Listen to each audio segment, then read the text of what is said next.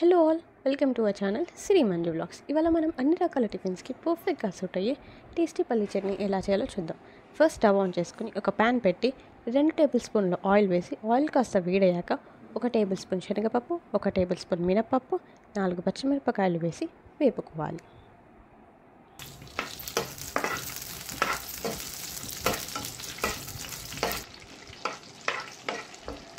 ఇప్పుడు 1 కప్ పల్లీలు వేసి మరి కాసేపు వేయించాలి.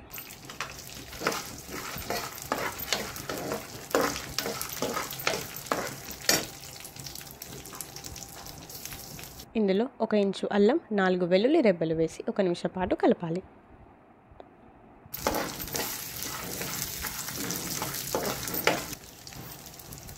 హాఫ్ స్పూన్ ఆవాలు, హాఫ్ స్పూన్ జీలకర్ర వేసుకోవాలి.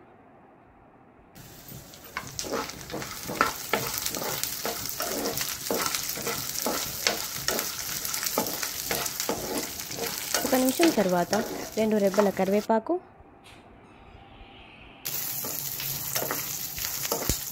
2 రెబ్బల చింతపండు వేసి మరి కాసేపు వేయించాలి.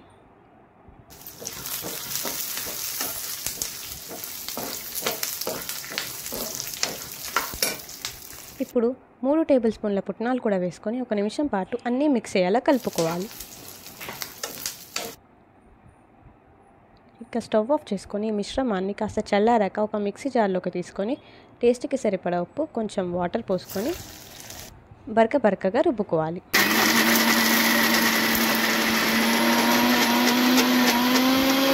ఇప్పుడు మరికొన్ని నీళ్లు పోసుకొని చట్నీ కన్సిస్టెన్సీకి మళ్ళీ ఒకసారి గ్రైండ్ చేయాలి.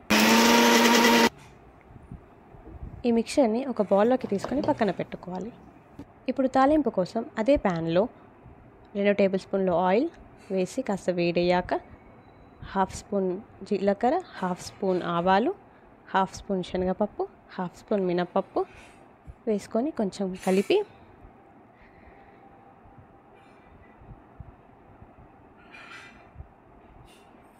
రెండు ఎండుమిరపకాయలు వేసి అలా అన్నీ కలిసేలా కలపాలి.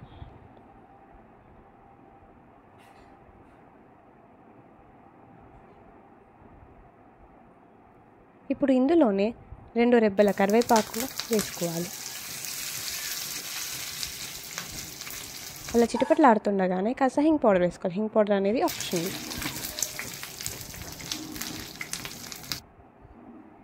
కొంచెం అలా కలిపి ఈ మిశ్రమాన్ని మనం ఫస్ట్ చేసిన చట్నీలోకి వేసి బాగా కలపాలి. అంతే, టేస్టీగా అన్ని టిఫిన్స్కి సూట్ అయ్యే చట్నీ రెడీ. ఇది ఇడ్లీ, దోశ, పునుగులు అన్నిటికీ సూట్ అవుతుంది. Thanks for watching. మీకు ఈ రెసిపీ కనుక నచ్చినట్టయితే please do like, share and subscribe.